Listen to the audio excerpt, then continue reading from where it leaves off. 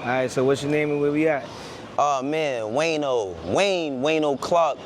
We at 1900 Lexington. This is one of the many places that I live, but this is the place that made me a man, I ain't gonna lie. Like, this block, growing up over here is where I got a lot of my principles, my morals from. You know what I'm saying? It means everything to me. You know what I mean? Especially being from the east side. You know what I mean? We on the east side. So everybody like to make it seem like the east side is the worst place, but this is a beautiful neighborhood, man. I really love this block, for real. I got a lot of great memories and a lot of bad ones, man. But the great ones, it really is the festival. So one thing about this block is it's in the epicenter of the festival. So you got 116th right there, then you got 25th over there. Everybody that used to come down here for the Puerto Rican festival, you either gotta get off on 16th or 25th. You live in this building, all you gotta do is bring a chair right here. So we bring out the chairs and we just be sitting out here all day. Watch the Puerto Ricans out here fighting, get drunk, having fun. It's just over here, man. It's a lot of great vibes, man. Like, I hate the rap that the East Side get, man. Because don't get me wrong, where it's poverty, you're gonna have bullshit. But over here, man, it's a lot of love. I remember a lot of people came through here, especially when I got in the music industry, man. I brought everybody over here. I brought Beanie Siegel over here, for real. When he was at his height too, I brought him over here. Facts. Who I looked up to over here.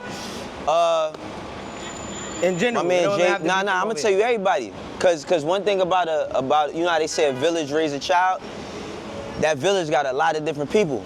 I looked up to my man Cat, my man Cool Cat. I was on the phone with him earlier. I wish he was over here. My big bro Ali Mo, my brother Dukes. You know what I'm saying? He from 2 Second. I really looked up to everybody in my neighborhood. I say my man Uncle Gene. Uncle Gene was one of the people that saved my life when he found out I started messing around in the street, because he was a sergeant on Rikers. And he had told me, like, yo, listen, I know what you're doing, but I'm not gonna tell your moms. But he said, we're gonna see how tough you is when you get to the island. Cause he said, everything you doing, they doing that times 10 on the island. And he said, just think about that, because I'm not gonna be Uncle Gene when you get to the island. I'm gonna be Sergeant Sumter. So that really, like, that shaped me. My little bro, Jamie Harris from over here, man. Like, I look to a lot of people over here when I was older than and younger than. Like I'm just influenced by my area, man. This area taught me, like, majority everything I know about life. Mind you, I'm gonna show you where I got my first tattoo at too. When I was 14 or 13, I think. All right. Nigga, this building right here, and this building they had this building in Daredevil, I think, but this building right here, it used to be this guy in this building named Poobie. I remember first time I came home from school, and my man Purcell, not Pernell, because they twins, Purcell. We was outside playing ball. He had a tattoo on his arm. And we was the same age. I'm like, yo, how you get a tattoo? He like, yo, bro, it's a guy around the corner, he'll do the tattoo. He was like, all you gotta do is get your moms to say yes. I'm like, word? He like, yeah. So I go over, I go home, I beg my mom's like, Ma, could I please get a tattoo, please? And this is my first tattoo. This joint right here, this WC. $10. I paid $10 for that joint right in that building over there. Facts. Yeah. When you think of your childhood, yeah, what music comes to mind? Like, what's the soundtrack to your childhood? The soundtrack, so the thing is, you know, right, this is our part one. Because we got to go to the Bronx too, because I was born in the Bronx, you know what I'm saying? And I spent a lot of time in different spaces in the Bronx. So it's like, when I think about my childhood and I think about music, it's a lot of different places. But here specifically, Locks, you know what I'm saying? Locks, Cam, before Dipset, you know what I'm saying? DMX, I remember my man Rob Mega, so, oh yeah, I could talk freely about everything. So, one of my man Rob Mega, he was older than me, right? But he from over here. He was locked up, and he came home, right? But he another one I used to be with him every day. Like when I used to be on the west side a lot, but then when I used to come home, or before I go to the west side, I used to chill with him, but he used to just hustle. Statute of limitations over. He sold a lot of crack over here.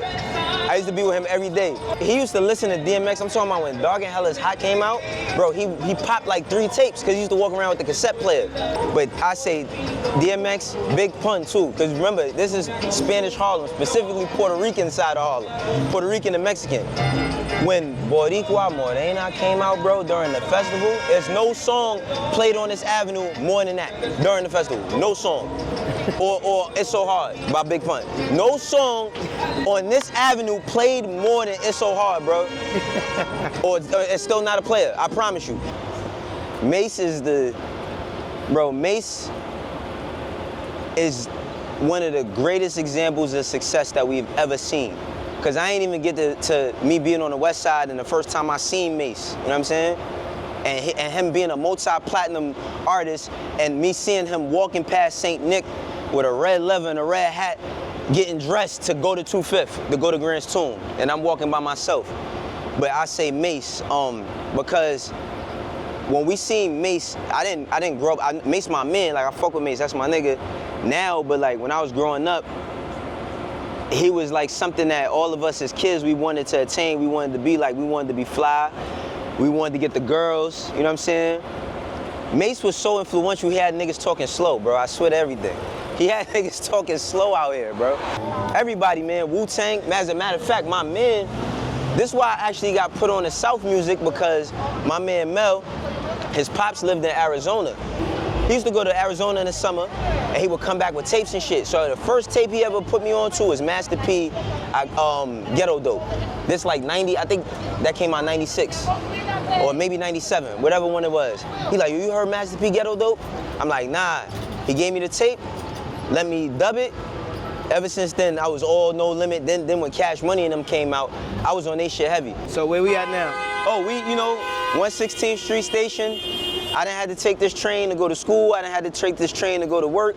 I've had to take this train to go downtown to travel. I've had to take this train to come home after being on a bus for hours, you know what I mean? This is the main pipeline to get to where I'm from, you feel me? So what makes where you from different from anywhere else in the world? They talk about New York being a melting pot, but the East Side is a melting pot within its own. It's like the East Side is its own world, specifically this small area. I don't know if a lot of people know, but from 116th to where AK is at, the New York Post nicknamed this area Convict Alley, because in all of New York, if you go to prison within the next 6 months, if you go to prison and you come home within the next 6 months of you coming home, you're more likely to go back to prison in that area, in that circumference, more than anywhere in New York City. I say that because it's not a bragging point. I say that because it's hard to come up over here. You know what I mean? It's hard to make something of yourself. But myself, when I used to come outside and I used to stand on a block and I used to look down, and because you could see what's going on, my G? You used to stand on a block. We used to stand on my block every day, and I used to look downtown because you could see downtown. You could see damn near to 80-something Street. I used to imagine what it was like down there, what was going on down there. So I was able to use my imagination. It's a lot of creativity over here. Like I said, it's the East Side, so you got black people, you got Puerto Rican people, you got Mexican people, you got West Indian people over here. You know what I mean? It's a lot of different cultures. What makes it different is just, it's the area, bro. I ain't gonna lie, for everything I'm saying is cool, everything over here is backwards, bro. But it's a beautiful place, man. It's a beautiful place over here. As you can see, like, since we've been over here, people I don't know who I am. People that know me, that watch me grow up, know who I am. So it's a great feeling to just be somewhere where the love is, and it's a lot of love on Lexington Avenue. Facts. What advice would you give a younger kid coming up in this neighborhood? The advice I would give a younger kid coming up from this neighborhood is use your imagination, man. Use your imagination. It's a lot of things that can deter you. It's a lot of things that can deter you. The streets, one thing about the streets over here is it's real. You know what I mean? It's very real.